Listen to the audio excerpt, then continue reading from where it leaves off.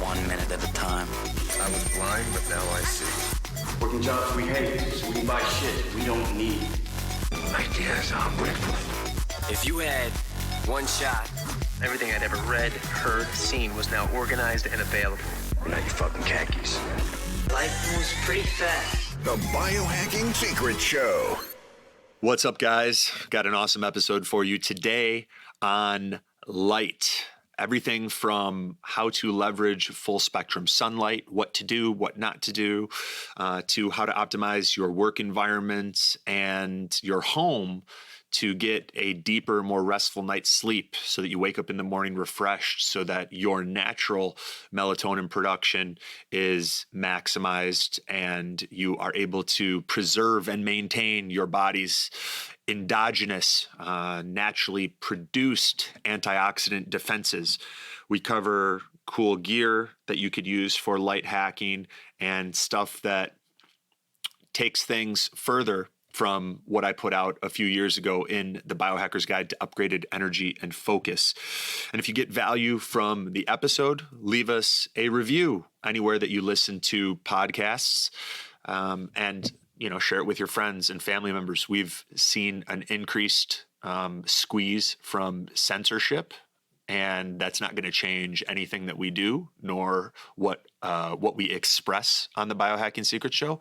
But it does require help in order for us to get this information out to more people. So if you enjoy this episode and you're not already, subscribe and leave us a review, and then share this episode with someone or a few people who would get value from it.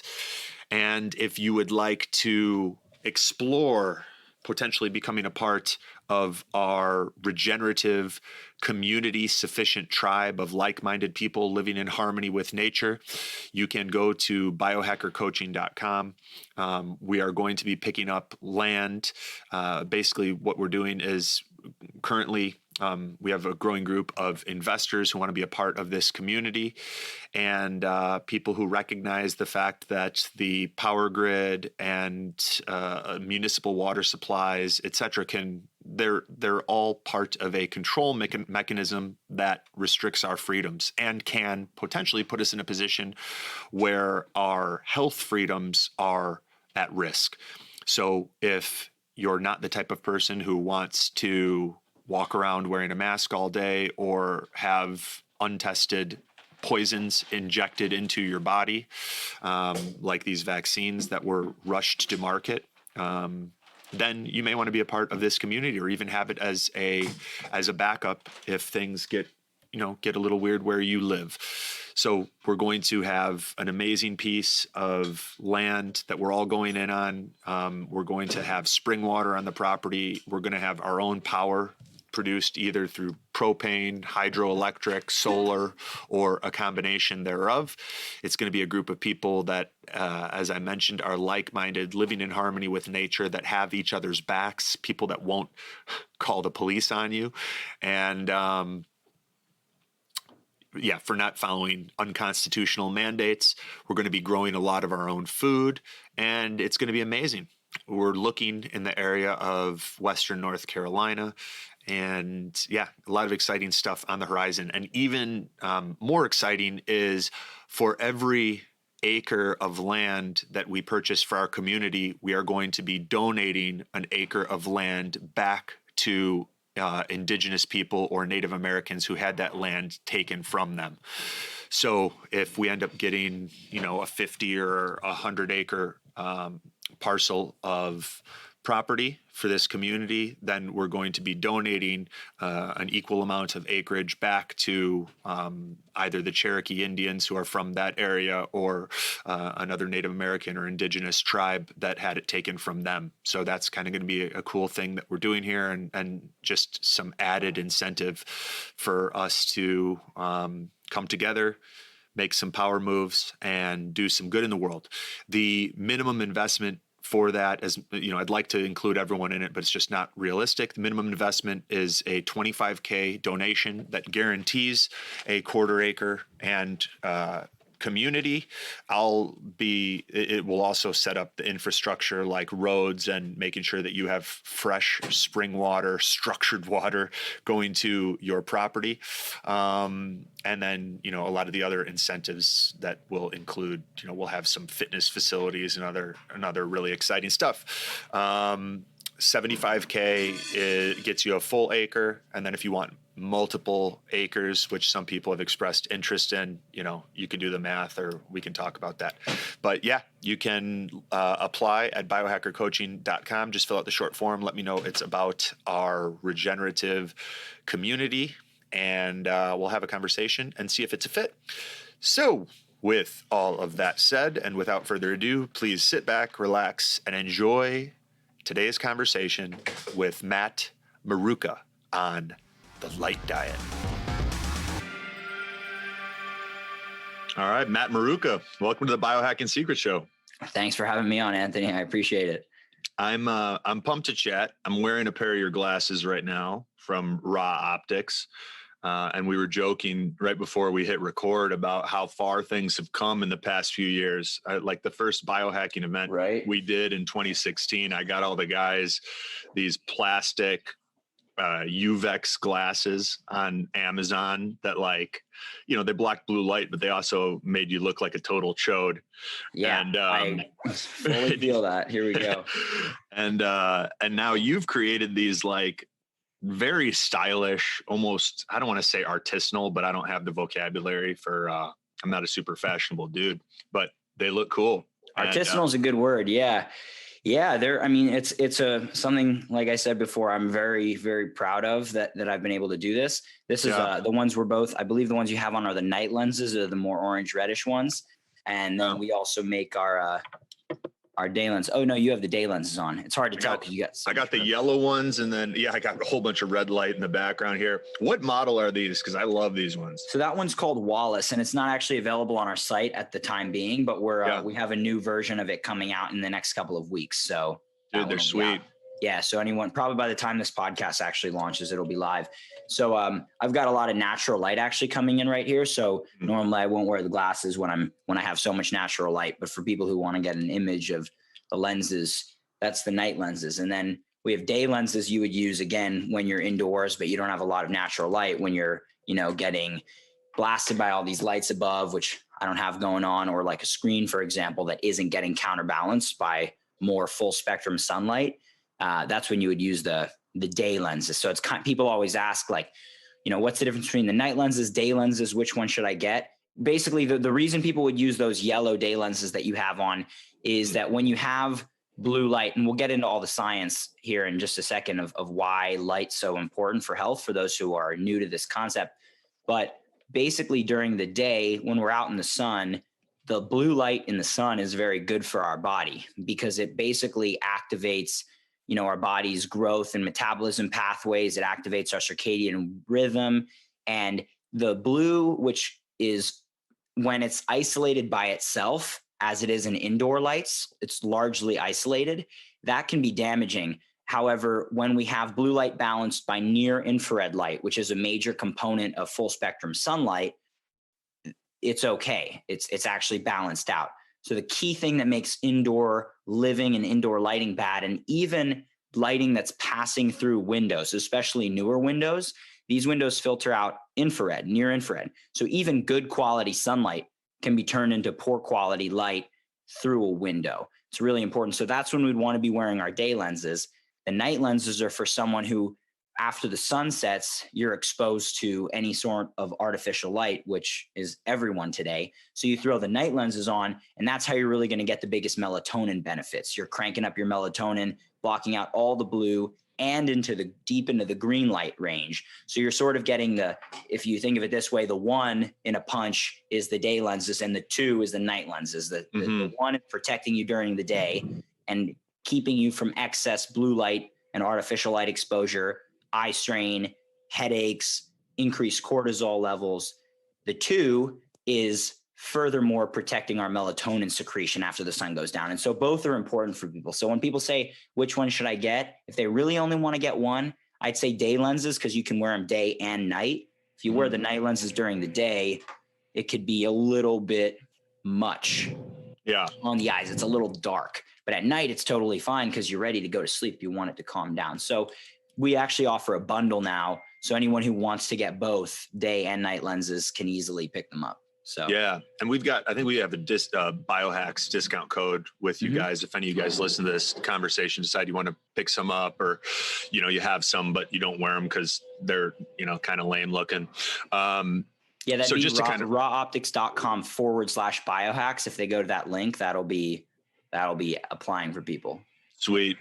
And so to kind of recap, you've got full spectrum sunlight that's got your Roy G Biv, the red, orange, yellow, green, blue, indigo, violet, and then your infrared and some other shit. But and ultraviolet. Yes, you have before the Roy, before the R, you have infrared, then red, and then after the V, the violet, you have the ultraviolet. So it's they're invisible, they're beyond the visible spectrum, but they still reach Earth in very, very large quantities, such as to be really important for our body, whose evolution was driven by the availability of different wavelengths of light, and still requires them.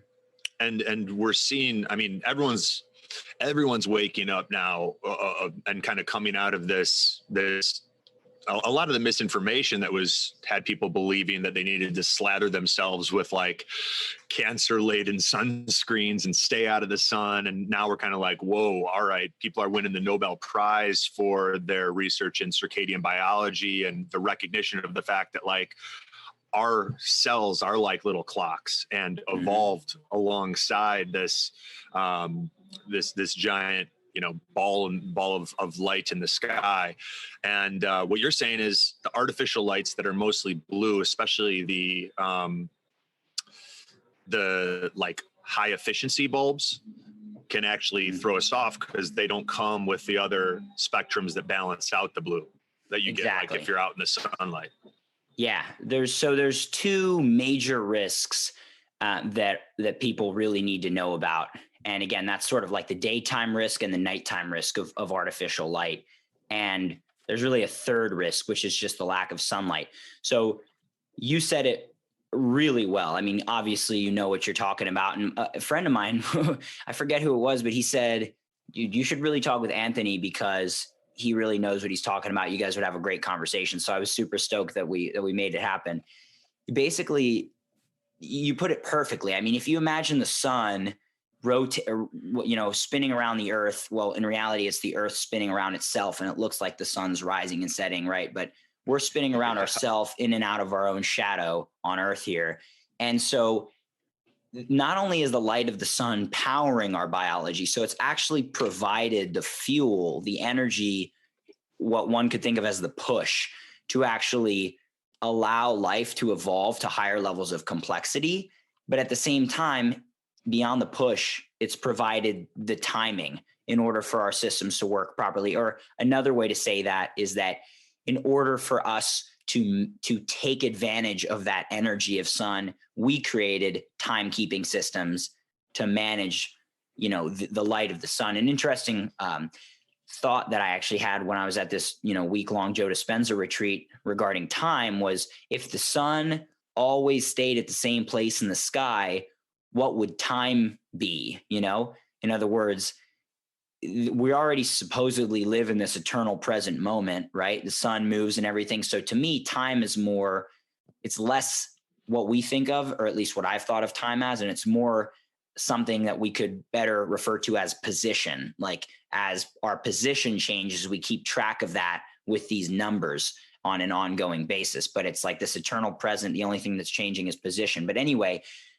the position that we're in determines the availability of the energy that we use to make life. And therefore, we've developed these timekeeping or position keeping systems because the position that we're in on Earth is relatively predictable. It has been for the last 4 billion years. We've developed these internal clocks that track everything, like you said very nicely. So every single day, we want the light from the sun to both be setting our circadian rhythm, aka the master clock for all of our cells that controls all the peripheral clocks, all the organs clocks, all the cells clocks, and the expression of all of our genes are even all linked to and dependent upon proper timing and clocks, circadian rhythms, and so on. So that's one thing the light's doing. The other big thing is doing, like I said, it's driving power. So the risks that come about with the indoor lifestyle and artificial and technology-based lifestyle in particular is, first, we're deficient in sunlight. So as soon as we go inside, we are basically in a cave. So the full spectrum of light is either being blocked entirely by walls, and to kind of remedy this issue of a lack of light, if we were entirely enclosed, we put these things called windows in our houses to at least let some of the light in to keep us awake. Because if you're in a dark spot, you're just going to get tired because the brain's just going to make more melatonin. So we put in these windows, but in doing so, especially more recently, the windows filter out key components of the light, unless you have windows made of quartz, which are very expensive and no one does. They're very rare. Your windows or there's certain types of, full spectrum transmitting plastics that aren't really commercially available right now, but we'll fix that over time. But basically, the regular glass windows, they block out ultraviolet, and the newer windows also block large portions of the infrared. Now, we don't see this because we only see the visible spectrum. So the windows transmit pretty much the full visible spectrum, other than tinted windows with a blue or a grayish tint. But in general, most windows transmit the full visible spectrum. So we think they're cool. If they didn't transmit the full visible spectrum, they'd maybe look green or orange or yellowish or gray. And then they'd be, that wouldn't be optimal for us. We want that full visible spectrum. But the thing they don't transmit again is sorry to cut you off. I know we said, but I'm curious because I'm going to be building a few properties and I want windows that allow in full spectrum sunlight. What would I even look for to find that product? So this is a great question for a ton of people probably who are interested in this. I would just talk with developers, window people, glass people, anyone you'd speak with. Just tell them what you need: full spectrum transmitting windows, and let me know what you find, please. Okay. But full spectrum windows, and that would be a great idea. Now, the only thing you have to be aware of is one of the benefits, which I don't really agree is a benefit because it's at the risk of our health, but one of the benefits of many windows today that people think is a benefit is that they block the UV, which can cause all your furniture, your belongings, all of those things to lose their color. So for example, there's a radio on this desk, the desk is wood, there's paintings in this room. If you have full spectrum transmitting windows, your couches are going to fade in their color, your desks are going to fade, your different things are going to lose color, but who cares? Because your health is going to be good. Yeah. So, all right. I'm willing to run that experiment. I would run it 100%. And, the best thing you could do is if you can set it up so that you can have windows or at least screen doors that retract, and then you have screens, I should say, you can pull out the glass and then have a screen. Screens are transmitting the full spectrum because the holes in the screen are thousands of times bigger than the wavelengths of light we're talking about. But glass comparatively actually filters that stuff, whereas a screen doesn't. So anyhow, you're getting the idea. The listener here, whoever is taking this information, is getting an idea. Not only is the light really important to be driving the timing, but when we come indoors, we're getting a lack of ultraviolet and infrared. And like you said earlier on, we've been duped as a society into thinking that ultraviolet is damaging to our bodies. In reality, the higher energy ultraviolet wavelengths, they're the highest frequency of light that gets from the sun to the earth in large quantities, except in the case of a solar flare, in which case we don't want that higher energy stuff because it could hurt us. We're not evolved to it, but UV. A lot of evidence suggesting that solar flares have driven many of the influenza pandemics. Interesting. Yeah, that it's related to both comets, solar flares, these changes in, we'll call it our environment, that can cause changes in our electromagnetic environment and then affect the health of human beings. Not just the contagion aspect of it. I fully agree with that, and that's something I'd like to look into further. But so the UV, because it was, as the evidence goes that the sun's evolution changed over the last couple billions of years, as it does, as it grows older. And the amount of UV light it was putting out increased pretty substantially. And the historical or geological evolutionary evidence aligns that this thing happened around that time in our sun's lifetime, that it started putting out more UV, that the animal complexity on Earth completely skyrocketed. So basically the two are linked up pretty nicely. And this is called the Cambrian Explosion in evolutionary history. And so ultraviolet light, conversely to what the mainstream is purporting is this damaging toxic thing, is very likely responsible for a massive exponential explosion in the complexity of our species, because we're light-driven beings. And when the sun gives us a teensy little bit more energy that we could utilize for further complexity, initially it'll come with its changes and ebbs and flows as evolution does. But eventually when life figures out how to utilize it to its advantage, we can go pretty far. And now the cool part we may have had a whole bunch of people that just burned up and got melanoma, and then the ones that survived evolved. Yeah, well, whatever. Exactly. Ones being ancient organisms well before humans, but 600 million years ago. But definitely, that is very likely what happened. There was a big shift, and that's how evolution goes, right? You know, the weak make way for the strong, or the adaptable. So UV, not only do we have this historical evidence that ultraviolet light allowed life to evolve to greater levels of complexity, but if you look at a human being and other organisms that they test, like mammals and birds and other organisms, but take humans, because we're humans, we have photoreceptors on our skin and in our eyes that specifically are designed to absorb UV light for a wide variety of purposes in our body. The particular one that comes to mind is it's called neuropsin. This is a UVA light photoreceptor that is relevant in our circadian rhythm. It's relevant in a lot of signaling and all kinds of other things in the body. So if UV is so bad for us, why do we have receptors specifically designed to absorb it? Again, beyond that, we can see that there's a lot of amino acids that our body uses to make key neurotransmitters. These are called aromatic amino acids. And the aromatic term refers to this benzene ring on the chain of these amino acids, which specifically absorbs ultraviolet light. So this, like tyrosine being used to convert to dopamine. Exactly. And how there's a connection with, like, people don't get a lot of sunlight, their risk of Parkinson's is higher. Yes.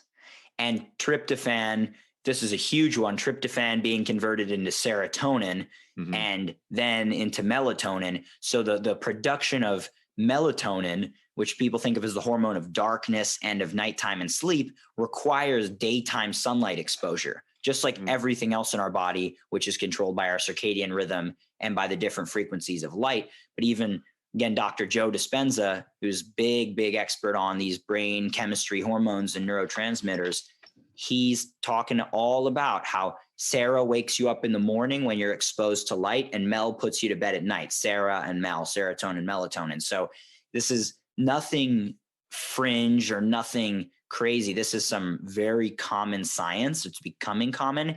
It's just that the information about how light and sunlight drives this process is an issue. So anyway, that's all to say that UV light that we're told is so bad and damaging isn't. If we wanted to go even further, not only have they known since antiquity, since Egypt and Rome and Greece, they use sunbathing. They use rooms in their houses with open ceilings in Rome called solaria, these solariums that they would use to take in the sun's rays for health. Hippocrates was a huge fan of sunlight. The Egyptians would shave their heads and bathe their heads in the light. The amount of sun worshiping in Egyptian, in their old carvings and scripts and everything is just unbelievable. So they knew. In fact, there was an Egyptian pharaoh. This is a story that I think would be kind of up your alley of interest, but there's an Egyptian pharaoh named Akhenaten who basically renounced. It was the first monotheism in recorded history. He renounced all of the other Egyptian gods in favor of the one god called the Aten, which is the sun disk, that circular disk that you see when we look at the sun in the sky. And so he took the name Akhenaten, which I believe means worshiper of the sun disk. And he actually built a city called Amarna in Egypt, where people just worshiped the sun, and that was their whole thing. And it's funny, the guy who told me this, I met at a biohacking conference in Toronto in 2018, and he was working with Egypt to build to do documentaries and tourism stuff. He was an American guy or a Canadian, but he told me, he's like, well, you're into sun. Do you know the story of Amarna and Akhenaten? And I was like, no. And he told me that basically they achieved this sort of level of, let's say, enlightenment as a society back at that time. And because the succeeding pharaohs didn't want people to know about what he had discovered, he was the one pharaoh who was excluded from all of the pharaohs lists. Like in Egypt, they had a list of all the past pharaohs to keep record, and he was excluded from that. They hid and buried Amarna as a city. And so therefore, since that time, the benefits of sun have sort of been attempted to be squandered by the powers that be. Now that's more in that, let's say, conspiracy theory realm, but it's not at all. And like, let's call it out. You know what I mean? Because I think everyone's seeing right now, especially with this COVID hoax, that the medical industrial complex does not give a shit about you. They want you to die a slow, expensive death. That's it. It's really obvious. Say it like it is. They're Russian vaccines. Anything that challenges the vaccine profitability is being censored right now. And the people that are calling that out, half the world didn't suddenly become conspiracy theorists. You know, conspiracy theorist is a weaponized term that was created to discredit people who questioned the Kennedy assassination, which was very possibly bullshit. The video of the assassination came out 10 years later, that Zabruta film, and people will tell you they saw it on TV. No one saw it on TV.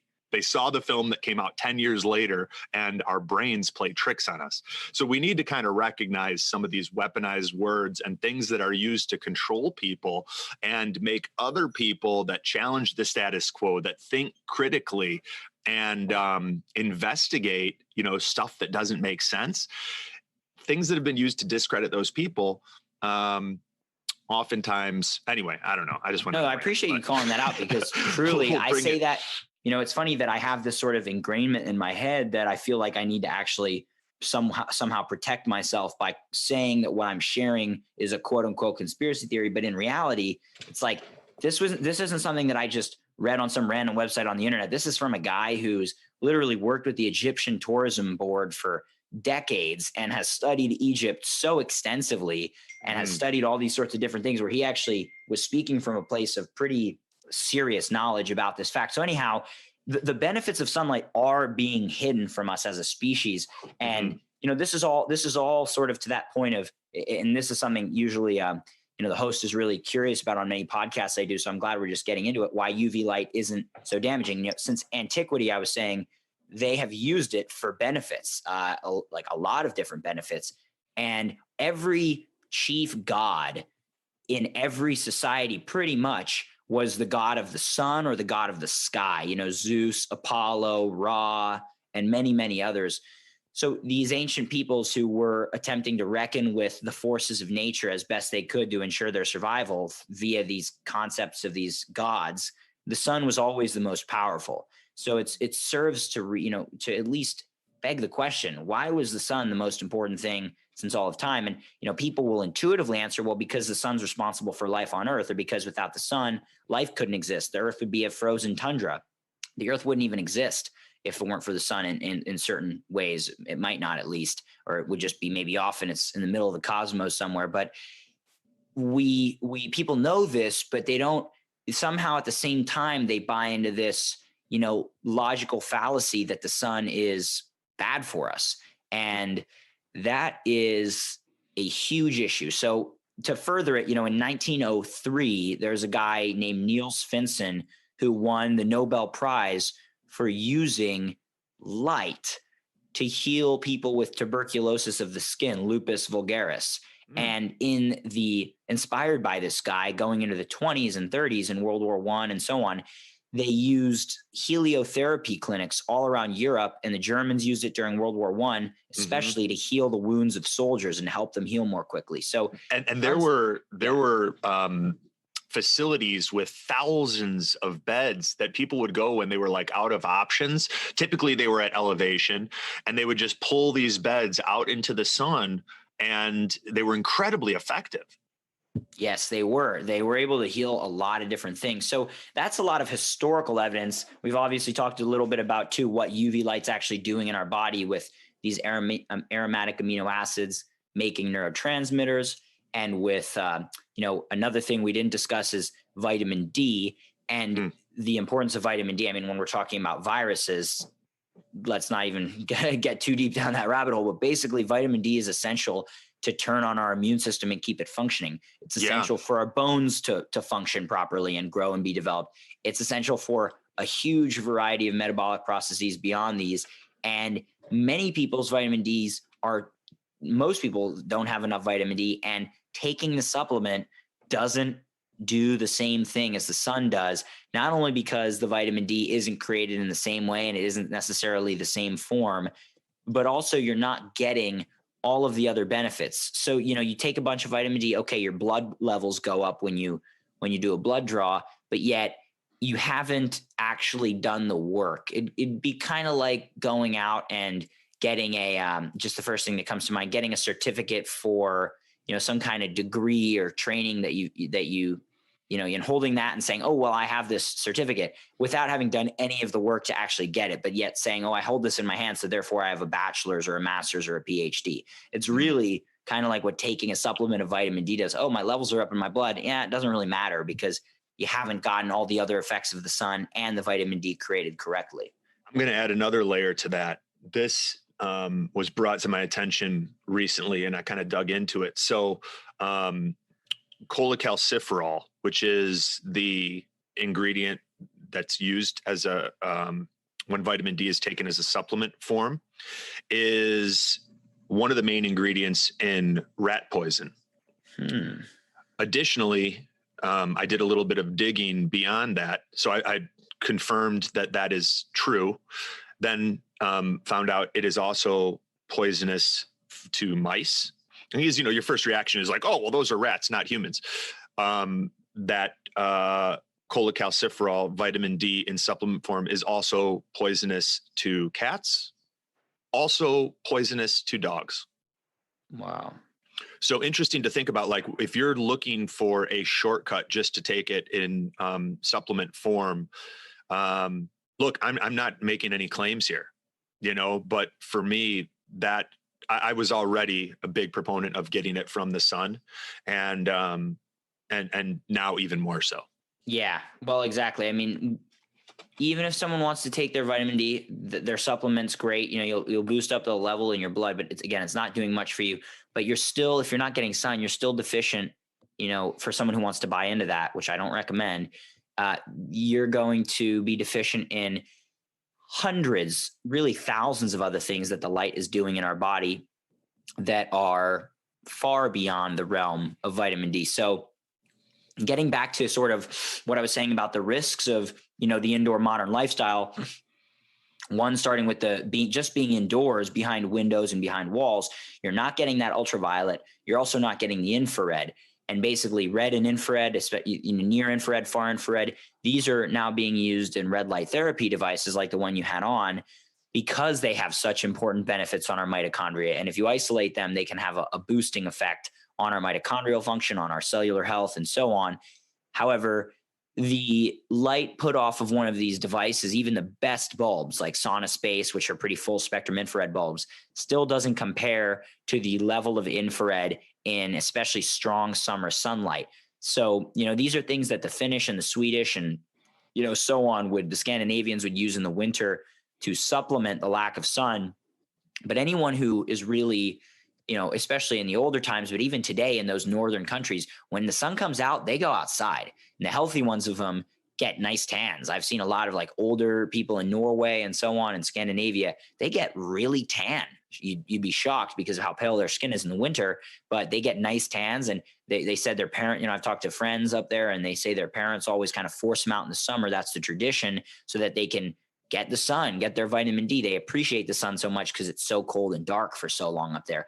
Point is, red and infrared light devices and saunas and so on are awesome supplements to kind of add a little bit more light to their light diet, but it's not enough. It's not the full spectrum, basically. So when we're indoors, though, we're not just not getting that ultraviolet, we're also not getting the infrared. And therefore we're getting the rest of the colors, including high energy blue light coming through these windows, which is stimulating basically the increase in free radical production in the mitochondria, which is what blue light has been shown to do. It increases, and this is the clinical data, but it's been shown to increase free radical production in the mitochondria, which is a big issue for, it's linked with aging, disease generation. Free radicals, are linked with a lot of things. Now, keeping in context, many people think you just got to take antioxidants to protect against free radicals. And that I don't necessarily agree with, because our bodies have endogenous antioxidant systems, such as glutathione, but especially melatonin, to repair these things. And taking tons of supplemental antioxidants can actually throw off these systems, as these reactive oxygen species are signaling molecules, as well as potentially damaging in excess. But anyway, when we isolate that blue light through a window, or in the case of artificial light bulbs, which is the next thing I'd like to touch on, it becomes damaging because the near infrared, which is the healing light that helps to power mitochondrial function, is no longer there to balance it out.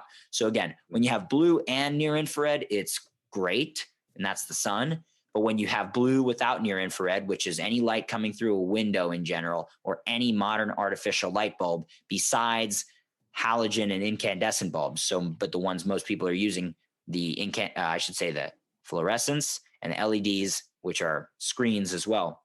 These are plagued by the blue light issue of too much blue and not enough of the rest of the spectrum. Mm-hmm. Mm-hmm. What kind of bulbs do you have in your house? So it's funny. I've actually been a nomad for the last 3 years, so that I could kind of chase the sun and travel all around. So I don't even have my own house. But what I use when I'm traveling to see at night, I use a little red light headlamp that I'd actually like to be selling through Raw Optics. We're not at the moment, but people can go on Amazon and look up red light headlamp. It's just like the thing you use when you're camping to see, except you only use the red light feature. You don't use the bright white feature on the light. And I just walk around. My friends laugh at me. They're like, dude, you're insane. Like, they just see me at night and I just have my little red light on my head. But that's literally it. I'll use Himalayan salt lamps as well when I'm a little more stable. You could just get generic red light LED bulbs on Amazon if you want something that's really low blue, like a red or an orange or a yellow bulb.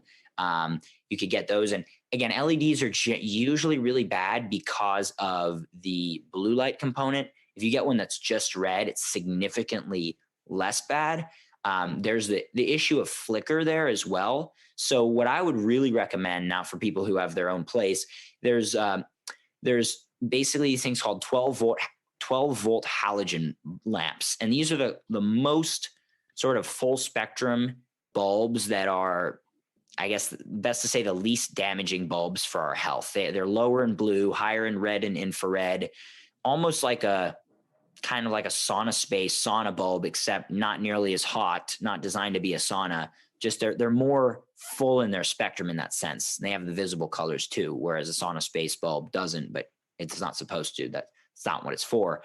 But anyway, so there's a podcast I would defer people to on that particular subject with the leading expert in the world, specifically on lighting, light bulbs, and so on. His name's Dr. Alexander Wunsch, and he was interviewed by my friend Luke Story, who you probably are familiar with. Mm-hmm. And anyway, they go really deep on levels that I couldn't, on the different amperages and wattages, and he goes really deep there about that. So I would recommend for you in the home search process listening to that. But the short of it is 12 volt halogen lamps are the best. And depending on the circuitry in your house and the type of lamps, there's a particular combination of like higher current, lower wattage, I believe, or it's lower current, higher wattage, one of the two, that is ideal. And they get into those details there. Awesome. How do you spell his last name, Dr. Alexander? Wunsch, Wunsch. He's a German fellow. Got it. Nice. Yeah, so that could be that's on the invaluable Lifestylist podcast. Yeah, that could be very valuable for you and your home search, and for anyone who has a house. I'm not sure if those fit in standard kind of E26 or whatever they are sockets, but those are good. Incandescent bulbs, like, the Edison bulbs that they have at restaurants now that are dim, warm, and you see the nice filament. If you could get those in real incandescent as opposed to an LED copycat of those bulbs, which are much less warming and calming, but a lot of restaurants make that mistake, especially in California, because LEDs are illegal in California, or I should say incandescents are illegal in California. You can't even order them on Amazon. Amazon won't deliver them to California. It's crazy. But so that's an issue because these LEDs. California has fallen. It is. There are many issues about California. I was just in San Diego for 6 months. There's many great things about it too, including, great beaches, great waves, nice people, beautiful people. But yes, there are many issues there. The Supreme Leader is making life really hard for people over there right now. But anyhow, that's a separate discussion. Yeah.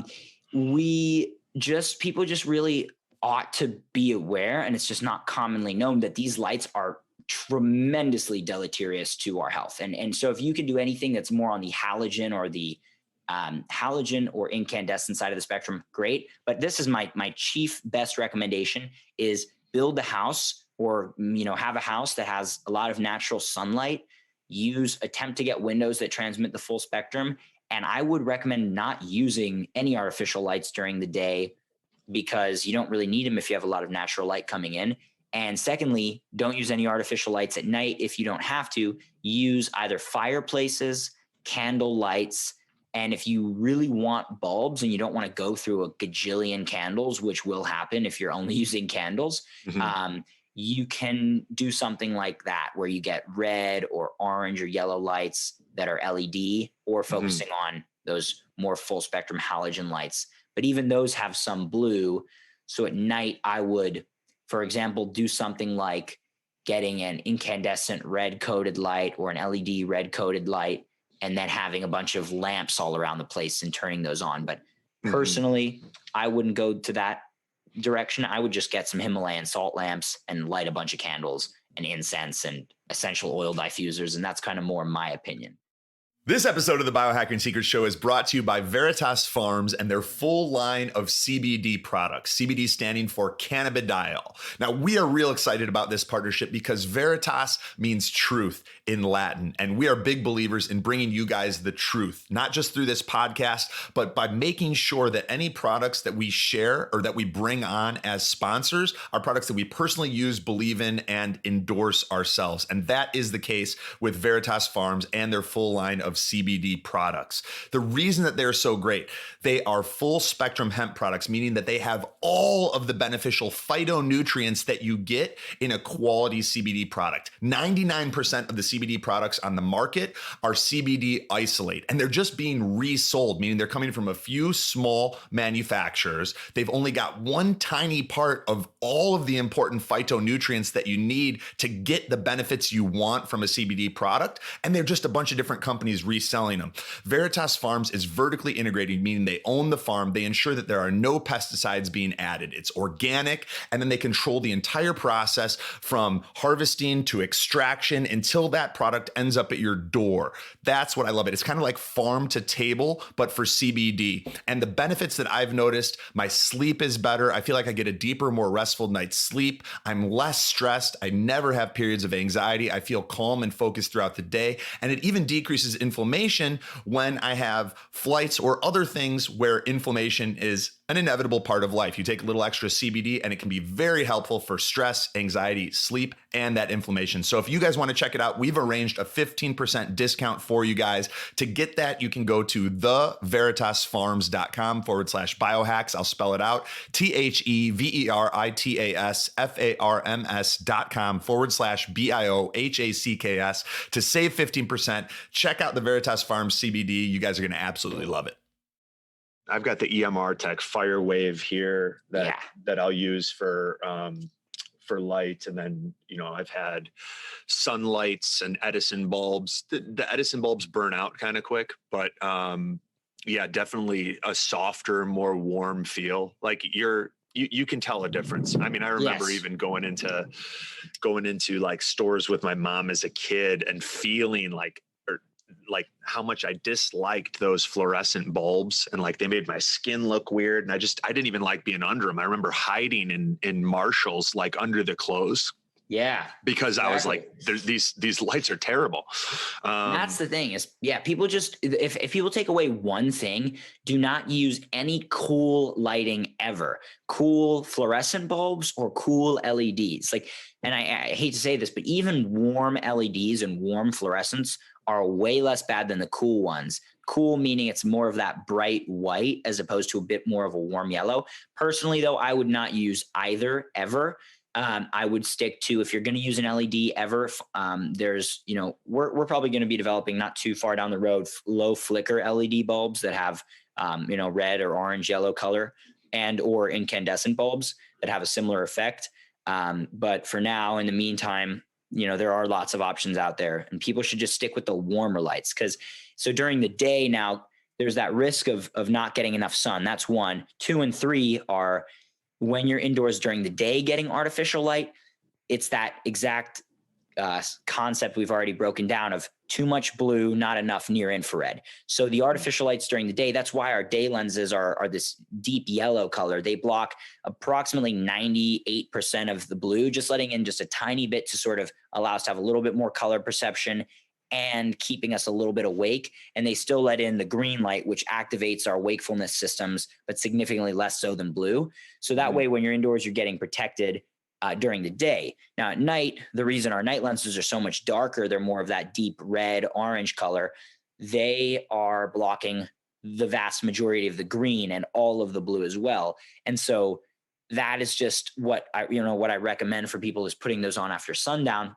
But the biggest issue of artificial lights now at night, this is number 3 of the risks of this indoor lifestyle, is that we're not just causing cellular oxidative damage to occur by having too much blue and not enough near infrared at night. That is happening, but we're actually now disrupting our body's natural melatonin release, which it's not only during the day we create extra oxidative damage now, we're destroying the system that's meant to repair that oxidative damage when we're exposed to blue light after the sun goes down by disrupting our natural melatonin secretion. And the same way, in a similar way, not getting morning sunlight exposure and outdoor time throughout the day to build that melatonin using ultraviolet A light is also a big issue. So people need, and this is part of the core components of what I call the light diet, which is my protocol to optimize health by optimizing our light exposure in specific. It's getting morning sunlight exposure and sunlight throughout the day and blocking artificial light at night, blocking blue light at night, or just using better forms of light like candles and so on. So those are the key things. Yeah, it's great advice. And so many people in our community use like the Oura Ring to track their deep sleep and REM sleep. And it's undeniable at this point that like wearing the red glasses at night for, especially after sunset, but even just for like an hour or two before bed, improves your sleep scores, the how rested you feel when you wake up in the morning, and if like, you think about the fact that like our circadian biology is tuned to light, feeding, and movement mainly, right? There's a lot of things, but I would even, along with light, I would put electricity in there, which includes like non-native EMF. But let's just keep it simple.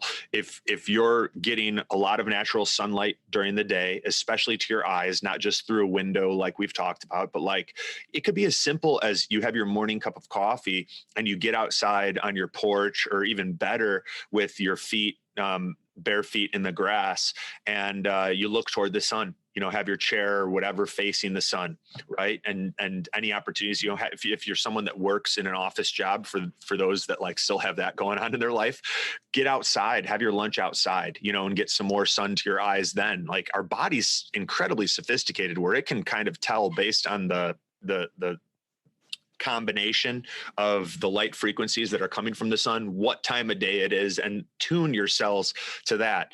And then, cut yourself off at night, throw on a pair of raw optics, what's the name that you have for the night ones? I mean, the night lenses, just simply day lenses and night lenses. Yeah. The night lenses, and, cut your food off, stop eating 2.5, 3 hours before bedtime.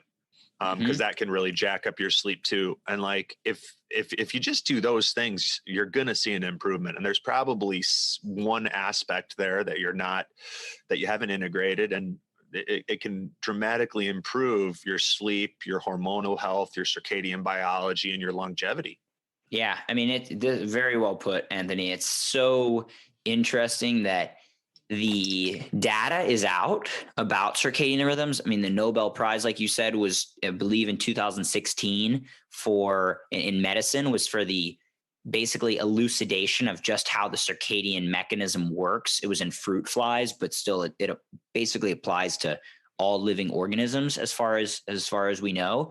So, that's huge. The data on how blue light is disruptive to our cellular functioning, and especially to our melatonin at night, and how artificial light at night is a massive sort of pandemic or epidemic plaguing the earth. I mean, it's way worse than COVID, this supposed so-called COVID. And, not only is that data out as well, but the data on how sunlight affects the body has been out for 100+ years. And it's only getting more and more robust, how light via the eye affects every single hormonal system. There's a book called The Influence of Ocular Light Perception on Metabolism in Man and an Animal. And this is written by a German guy who's a mentor of this current guy I mentioned, Dr. Alexander Wunsch. This guy who wrote the book, his name is Fritz Hallwich.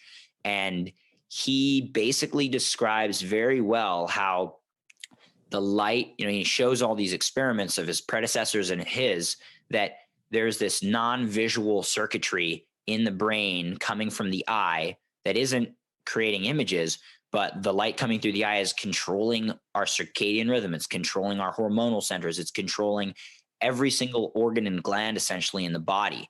And when we're not getting the proper stimulus from the light, the function of these systems declines. Our testosterone production is going to go down. Our libido is going to go down.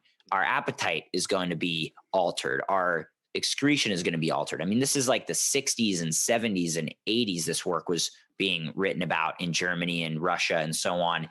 I mean, you have guys like Fritz Albert Popp, and there's Alexander Gurwitch, who are these Russian and German researchers who are studying how biophotons in the body work. In other words, our cells not only take in light, they communicate using light. They release their own light that called biophotons. And that controls cell division, like the stimulus for mitosis, the division of cells, is release pulses from the cell of extreme low frequency ultraviolet light. So if ultraviolet light is so bad for us, why does our body use it to communicate and stimulate cell division, which is happening bajillions of times per second in every single body part and organ and so on? It's just so amazing how much light controls in our body. Another resource too, the book Health and Light by John Ott, that's, it's sold over 3 million copies, still available on Amazon for like $20.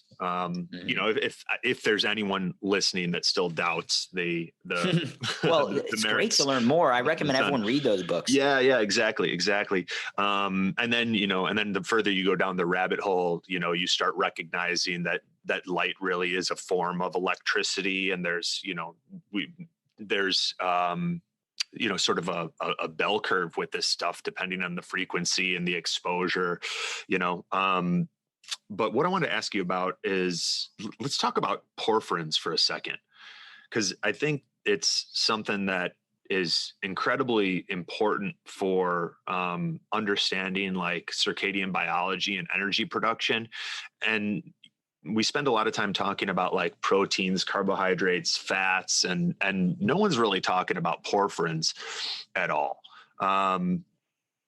Do you mind giving like a 30,000 foot overview, or if I just dropped a question on you where you're like, what's coming? No, it's a great question. So actually, I don't know as much about porphyrins as I'd like to, but I can answer it with a pretty simple answer. What I do know about them is that porphyrins, they're basically certain types of proteins that are, one great example is hemoglobin in our red blood cells. So the porphyrins basically are these there are compounds, I should say, that take in light and help to transfer it to other places, essentially. So that's probably the best way to summarize it. So you probably know more than I do about the subject, and I'd love to hear your knowledge about porphyrins. And it's something I'm definitely going to go look into a little bit further. But basically, a mentor of mine in the light space spoke a lot about porphyrins and how they are like basically our blood is a ferry boat for light to get through our body. It also carries oxygen, which is also very important, but it doesn't just carry oxygen. It carries light energy to all of these different places in our body, allowing our cells to do their functions. In other words, like in the body, there's all these, just maybe a higher level answer that can help people to sort of get some context here is that in the body, there's all of these biomechanical things that are occurring. There's all biochemical things that are occurring. There's all these reactions, these chemicals, and all this stuff. But the question that really needs to be asked is, what's driving all of these chemicals? Are they driving themselves? In a sense, the Darwinist theories of evolution and the what's called neo-Darwinist theories, which don't accurately represent Darwin's actual work anyway, but the neo-Darwinist theories of life are that life is based on genes and that genes are the primary piece of life that governs all life and that all life evolves and springs forward from genes. There's a book called The Selfish Gene that really dives into this discussion.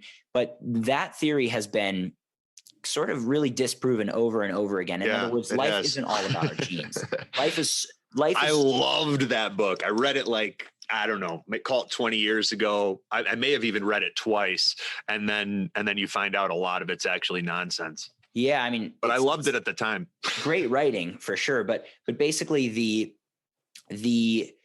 what's been found today is that genes are there's this concept of the science of epigenetics, which is essentially the foundation for all health, wellness, biohacking, and even ancient health and wellness and spiritual practices. Is the epigenetics is the medium through which changes in our environment and lifestyle can affect, or even thinking patterns can affect our genetics and physiologic outcomes in our body.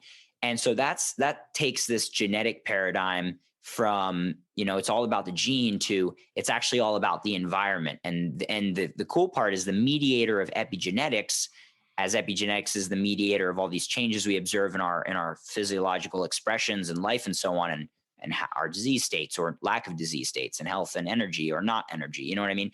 The mediator for that is mitochondria. So mitochondria, as the cellular engines in our body, because every single human cell has about 1,000 mitochondria. So for every one set of genes we have in our body, there are 1,000 mitochondria, each of which have a small set of their own genes, which are the genes specifically required for, let's say, coordination of energy manufacturing and energy production in those mitochondria. So, and the point is, with 1,000 mitochondria within every human cell, they are the ones that are reacting to changes in the environment. You change the oxygen levels, you change the altitude, you change the electromagnetic environment with EMF or sunlight or blue light, or you change the temperature with cold, you change the nutritional environment with fuel. The mitochondria are the first responders, basically the first line on almost every physiological change in our environment, other than, our surfaces, our skin, our eyes, our gut. These things take that signal, in many cases first. The gut takes in food, the light, the eyes, the skin take in light and temperature changes. So those are the signaling receivers, but then they go into the mitochondria, and the mitochondria's energy production changes. What changes as a result of the energy production changing, let's say there's a signal, then the environment. So the environment changes. There's a signal to the body that changes the mitochondria's ability to produce energy. This changes the free radicals that the mitochondria is producing. So this is when I said earlier that they're signaling molecules. They're not always bad. They're signaling molecules, which the free radicals change the mitochondrial genes in an attempt to find a solution or to find a new way of doing things in that altered environment. And then the ones that succeed or do better live on. The ones that don't, they are usually selected out to die. And this is the key for actually changing our gene expression, is when the mitochondria are working well, AKA we're in an environment that's conducive to health, or we're making decisions that are conducive to our functioning, or we're finding an adaptation that is conducive to our functioning in a new and different environment, then the genes can, the nuclear genes, which require energy to be opened up, transcribed, and translated and turned into proteins and built into proteins, all of that requires energy. So if the mitochondria aren't doing really well, our nuclear gene expression has issues, essentially. When the mitochondria are doing really well, our nuclear gene expression can go on more the way it's supposed to. But it's almost a little counterintuitive based on the evidence. When energy production in the mitochondria is good, the nuclear genes are actually more quiet. In other words, the nucleus can kind of chill out because we're able to maintain the things that are happening in the cell pretty well with all the energy. But when the energy actually goes down, the nuclear genome actually is shown in a lot of data to become more overactive. In other words, we're now turning over proteins more frequently. We're in like hyper stress and growth mode, but it's kind of like burning the candle at both ends, and you end up in a situation where you're going to have problems. So anyway, all of this is to say that back to the conversation about porphyrins, just to kind of loop it together, is that the genes are not the driver of life, and biochemistry is not the driver of life. Energy is the driver of life, because energy is required for anything to move at all in the universe. And life is very animate. It moves a lot. It's very active. This all requires energy. The energy isn't coming from chemical reactions in the body, biochemical reactions. They're all being driven by energy. And one other person who I'd love to throw into this, who you've either read his work or at least you would love it, his name's Robert O. Becker. The author of a book called The Body Electric. And he basically was a resident in medical school in World War II in a big hospital in Manhattan, observing a lot of nasty amputations and stuff, and started asking, why can salamanders regenerate their limbs and humans can't? And he started studying and found that it's electricity that the body uses to regenerate. And salamanders have condensed their electrical potential into a smaller organism so they can regenerate an entire limb, whereas humans we've sort of used our energy differently to become larger organisms. Therefore, if you cut off my leg, I can't necessarily regrow it. It's possible that technology could be used to do that, but separate conversation is that his lab's funding was cut off because his protege, Andrew Marino, was researching the health effects of high voltage transmission lines, as relevant to our conversation earlier. And so they shut down his funding because it was a Veterans Administration lab, and the Navy was the most threatened. The Navy was in control, and they were the most threatened by their research. But anyway, that's huge. You just dropped one of the biggest secrets of the universe. Tell me.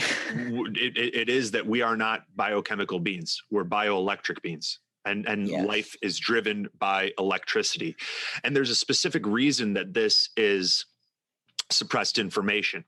I have theories. I believe that we are now in a period where we're being pushed towards a technocracy where humanity could, if we don't wise up and change our behavior, be enslaved by technology, be policed by our phones.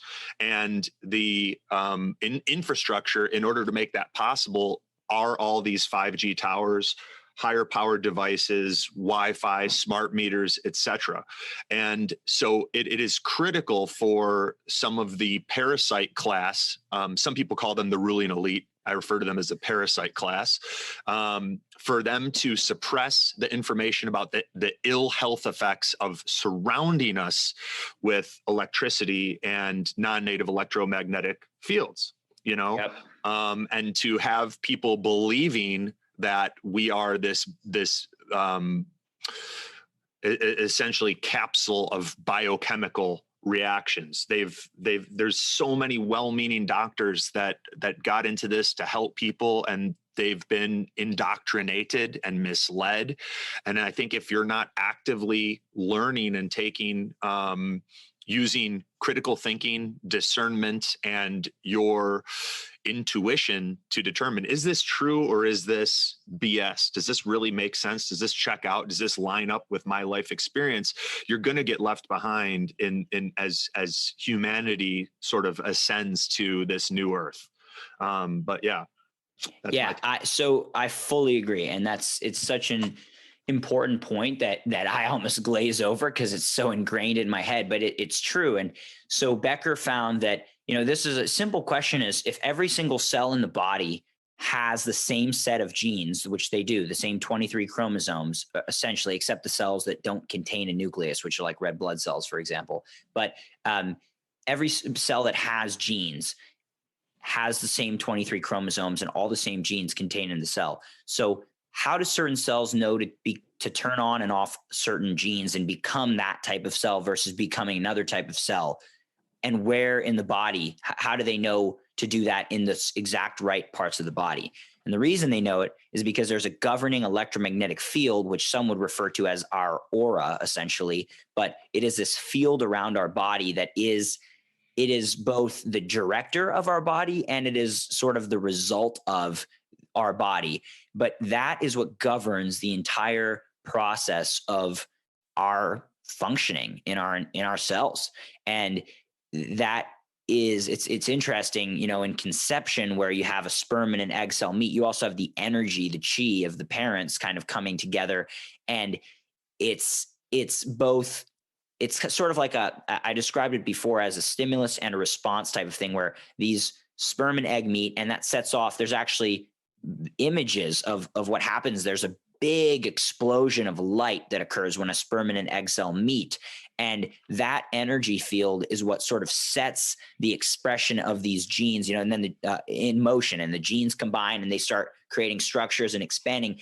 And so it's sort of like when I say stimulus response, the genes, the cells interact, it releases energy. The energy drives the process forward, and the process being driven forward, the genes being expressed and turned into proteins create fields, or basically, I shouldn't say create fields, but they sort of unwind a field that is already programmed into those initial genes. It's sort of like an unwinding, like the growth of an embryo is like an unwinding of a set of genes that are coding for electromagnetic information. So it's not so much that it's growth, but it's really an unwinding of the electromagnetic energy that is encoded in that genome. Does that kind of make sense? Totally. So you're not really growing, you're just unwinding something that's already there. And that's what the growth of a human into a full human being is. It's just an unwinding, in a sense, electromagnetically. People don't have to take it too literally, but that's pretty much what's happening. So the answer to the question is that these cells know to become a liver, a kidney, a red blood cell, an eye, a retina, a different type of rod, a cone, and this or that, because of the governing field. And so when I was with Dr. Joe Dispenza at this advanced workshop the last week, there was a ton of people there. It was a very busy event, but he's talking about how the field, Einstein said, is the sole governing agent of a particle. And it was there was a lot of people there. Oh yeah. Not really the fearful, I believe the COVID nonsense crowd. Well, they have to abide by certain restrictions, and they have to be careful about what they're doing and kind of make space. But they do their best to, let's say, how can I say? Yeah, you can't just be you can't just be renegade or you'll get shut down. No, exactly. You have to do your best to obey with the restrictions and the rules and this and that. But it was in Florida, which is a relatively open state. And the events, they occurred on certain periods of time when there were other much larger political events being thrown down, so to speak. So, they're being very, very cautious in what they're doing and very, very smart so that the work can go on, because a lot of people are, against the awakening of our society. Let's just put it that way. Mm-hmm. So, and Dr. Dispenza's crusader, I would say, for the the enlightenment of our time and our age. So obviously he meets with resistance, but it was a great event. And he's talking all about how Einstein says that the field is the sole governing agent of the particle. In other words, matter doesn't affect and change matter. Energy affects the field, affects and changes matter. And now that's more quantum physics talk, but in our body, it's the same truth. It's that this energy field that is who we really are is what governs all the matter. And a great analogy for this, just to really stick it in people's heads, is when you see a dead body, you don't call it by the name of the person who used to inhabit that body. You say that's Matt's body. You would never point at me if I were dead on the ground and say that's Matt, just because I'm no longer there. And therefore the I is not, or the I or the consciousness isn't the matter, it's the energy that is no longer present in a dead body. I mean, that alone is a common thing we use in our language that we don't realize the implications of it. But no one would ever refer to a dead body as a person, right? Yeah. So you get the idea. It's totally. Back to the point of porphyrins. So I'm glad you asked that question, even though I can't particularly list off the 100 functions of porphyrins and all the things they do and why they're so important, because I've definitely read about them and they are important and relevant, especially with light. But it's more just generally that the availability of full spectrum sunlight in the environment allowed for life to gain different level, to climb to different levels of complexity. In other words, every single molecule, biomolecule, and atom and everything in nature basically absorbs and re-emits certain wavelengths of light. That's just basic physics and how electrons interact with protons and light and so on. And so biomolecules, these molecules that exist in our organism, in our body, these also absorb and emit different wavelengths of light in certain ways. And so the body essentially uses tons of the different wavelengths of light to power different reactions, different things happening in the body. So the health and functioning of a person who is living outdoors in full spectrum sunlight, spending their time getting sun, they are powering not just vitamin D and nitric oxide release, which is another effect of UVA light, which is super good for heart health and blood pressure and a bajillion other things, mitochondrial function, and infrared light to optimize the mitochondria, and red light to optimize the mitochondria, and green, and all the other effects of blue for the circadian rhythm, and so many other effects that aren't even studied among those that are. When you stand in full spectrum sunlight and you're regularly getting it, you're powering so many of the things in the body. And the health and function of someone who's in full spectrum sunlight it can hardly be compared to someone who's not. I mean, it's like a pale ghost versus a robust, vibrant, alive being is just the best side by side I can put. And it's not just one or two things the sun's doing. It's literally powering and animating every single biochemical reaction in the body, in addition to controlling the timing of them through the circadian rhythm. So that's my answer about porphyrins. It's a little bit long, but they're just another messenger in the body to carry sunlight, just like melatonin. Melatonin isn't melatonin by itself. This goes back to the vitamin D point. I mean, melatonin, if you take supplemental melatonin, it doesn't do the same thing as melatonin that's a messenger for sunlight, powered by sunlight.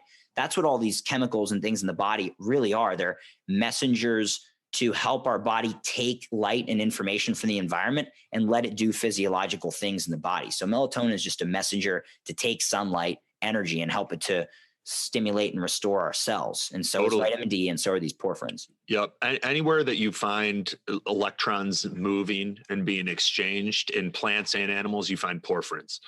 And you give a beautiful explanation. Last thing, because I'm taking my old man to transcranial magnetic stimulation. Helps a ton with his Parkinson's. What should someone look for when purchasing blue light blocking glasses? And like not a sales pitch by any means, but like you put a lot of care and work into your craft, into the products that you make, and what are some of the things that you've done with your raw optics lenses that other people other companies may not have put into theirs? Yeah, absolutely. So there's a couple main things. Basically, the first is that people need to know that clear lens blue light blocking glasses are basically a gimmick. So why I say that is because the majority of blue light blocking glasses companies on the market are selling these clear lenses that do not block almost any of the significant range of light. And this sounds like some woo-woo. I did a video about it that I'm probably going to post soon, but I called out all the companies by name, and I'm not sure if that exposes me to, like slander or libel charges, but I was measuring in front of a camera, so I have the data's there to show it. But anyhow, the clear lenses are clear because they're not blocking any significant portion of the visible spectrum. And this is the thing to get, is that the blue light that's damaging, that affects these systems, that affects our non-visual portions of our optic nerve and our, systems in the brain, the circadian rhythm, and so on, all these effects we've been talking about, they're the same blue light wavelengths that we see with our eyes. So in other words, when you cut the blue, that has these negative effects, you see a different color spectrum. And therefore the lenses are either going to be more yellowish, whether it's a light yellow or a deeper yellow. The more blue you block, the more the lens will go from a lighter yellow to a darker yellow to a, more of an orange. And then if you're blocking into the green spectrum, you're going to go more into the deep orange red color. If you block all the green, you're going to be a deep red. And then because you're just cutting out portions of the spectrum. If you block all the blue, green, and yellow and orange, the only color left in the spectrum visibly is red. I'm excluding violet from the other side of the spectrum because most artificial light sources do not have any violet present, and it's a lot less, how can I say, present color compared to blue. Violet, indigo only cover a couple tens of wavelengths of light, whereas blue covers almost 100 nanometers of the spectrum from about 420 to 500. It's about 80 nanometers. But anyway, the point is these lenses for the fashion that these companies are going for, they're clear so that they appease to customers, but they're clear because they don't block the right wavelengths. So any clear lenses that someone is purchasing are pretty much a gimmick. And so that's the first thing to get out. So you need a lens that's going to be either a yellow at least, or an orange or a red, that's actually been tested to block the right wavelengths of light. And so that's what we do with our lenses. And there's a couple other companies that are doing a good job about that, but not many with these colored lenses that are really blocking the blue. So that's one. The other thing is you're going to want to have lenses for day and for night, because for day, you want blue light protection if you're indoors, but you don't need as much as for night. It doesn't mean you couldn't wear a night lens during the day or a day lens at night. It's just not optimal for color perception. Like, for example, if I wore a night lens all day, I would get tired. Also, I would have a much lower experience of the colors in my world because of all the extra green being blocked that doesn't need to be blocked during the day. So having a day lens that's going to protect you from the blue maximally, but still give you optimal color perception is very important. And then having a night lens for night that blocks deeper into the green. Now it's going to reduce color perception, of course, but it's going to allow you to still see the red, orange, and yellow and a little bit of the green we do, so that people, if they want to drive with their lenses, they can, although I can't advise that. But that's something that, or if they just want to be able to see, if they're walking on the street, you want to see street lights, you want to see a little bit more color. And the component of the green that we let through is the lowest energy of the green colors. So it's not nearly as active on our circadian rhythm. So having good quality day and night lenses that are tested and block the right wavelengths is key. And then what we do with raw optics is I wanted to have something, like you said, that isn't a sort of, it isn't preventing you from, for example, finding a sexual partner, if we can, put it that way. You just something that's going to be attractive, stylish. So we make our frames out of the best quality materials that are available. Where you don't improve your longevity markers, but also remove yourself from the breeding pool. Exactly. Yeah, exactly. That's a very good way to put it. And at which point you will reduce your longevity by lacking community as you get into your older age, right? Yes. Based on the evidence. So that would be very counterintuitive. And that's what a lot of the blue blockers, especially 3 years ago, were doing. Now it's less so that issue. There are a lot of companies with pretty decent frame styles. The qualities is a different story, but then the lenses are the biggest thing really that you want to get right. But the frames, you want to have something that not only is going to be attractive. There are a lot of attractive frame styles on the market, but as far as the materials go, we use the best quality materials, because then you're wearing it on your face. It feels both light, it feels firm, but it's also flexible enough. It's durable. So what we do to achieve that is we use this Italian acetate, which is just the gold standard of any type of basically plastic material you can use for frames. It's a plant-based type of acetate. And so it's vegan. There's the metal in the frames. We use German steel so that it's just the strongest, most durable. So when you get raw optics, you're literally just buying the best blue blockers that are available on the market, the best that money can buy. Some people don't want to put, the extra cash into supporting themselves and their health, and that's totally fine. But we make sure as a company that they are always done right. And if anyone ever has any questions or concerns or challenges or whatever, they want to exchange their pair or try something different, we always offer a 30-day period for people to test and exchange. But so that's another benefit. I recommend people work with a company that's actually supporting them, that isn't just another sort of Facebook ad drop shipping type of company that's having them come over from China, and just really not something that the company that's really interested in your, how can I say, your best interest in your health. Right. So And just join the bandwagon. Well said. And what I really appreciate too is people that, create great products and, walk the walk, and are out there, like, you're sharing your message. And if you guys have listened to this conversation and like got value, one of the ways that you can let Matt know is by going to rawoptics.com and like pick up a pair of glasses. /biohacks. There you go. I'm like the worst affiliate promoter ever. Rawoptics.com. I don't care about it too much. You know what I mean? But when it's good products, I just want to put those out there. So rawoptics.com /biohacks. Get a pair of the day and the night ones, and you'll love them. I've got them absolutely here. I wore my day ones for most of the show. And that also is just like, when you like what people share and them taking the time to like add value to your life, support them and buy their stuff. Yeah, I mean, I appreciate that. It's not relevant. I do go on these shows because I want to be sharing this information. That was the first podcast I ever went on. It was before I even started my company. And I was actually just trying to get this message out and build up sort of my coaching brand. And then the glasses company just sort of started to take off. So I said, well, you know what, let me focus here. But still, podcasts for me are a way that I can both learn from the host and share good information, have a great dialogue. So that's important. One other thing I want people to hear about is that I'm going to be releasing what I call the light diet. I mentioned earlier, it's the steps, the actual takeaways that people can do to really optimize their light environment in the modern world.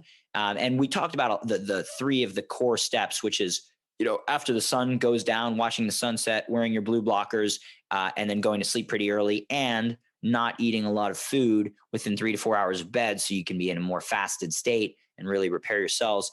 Step 2, waking up with the sun and watching the sunrise to set the circadian rhythm and set all these hormones and programming and neurotransmitters that happen when we watch the sunrise, like the ancient yogis did in India. They watched sunrise and sunset, sun gazing straight at it for about 15 minutes over the horizon. And step 3 is just living outdoors during the day, spending as much time as you can in natural full spectrum sunlight, whether you're directly sunbathing or you're in the shade, just not behind windows and walls. And those are the takeaways people can take. But we're going to have the other 6, or I should say 5 steps of the light diet in this course that I'm releasing. And it's going to be a free course. People can just give us their email address to get the course and a PDF that goes with it. But I just want people to have this information that they can use, so that this isn't some cryptic, hidden information or just not commonly talked about, that it really can get into the hands. Because like you said before, so many people are tracking their sleep and this and that, but the number of biohackers who aren't even protecting their circadian rhythm is shocking, to be honest. So where can people get the light diet? I know you're on Instagram at the light diet. People know they can pick up the day and night lenses at rawoptics.com /biohacks. Yeah. The light diet, the actual course we're going to do to start off at rawoptics.com /the light diet. And depending on the release of this, it should be out in sometime in February of this year, 2021. So we'll look for that. But yeah, probably rawoptics.com /the light diet. People will be able to get that course, just put in their email and get the course and the accompanying PDF that explains the different steps of the light diet that people can use. And so that's a really good start. I'm so grateful for this conversation. This was a blast, man. Awesome conversation. Glad we got to connect. And guys, if you got value, support Matt, pick up some specs, and I fully stand behind them. They're amazing. I wear them almost on a daily basis. And with the censorship and things going on right now, share this episode with people you care about. Encourage them to subscribe to the Biohacking Secrets Show. And Matt, thanks for coming on, brother. Thanks so much. Thanks so much, Anthony. This has been awesome.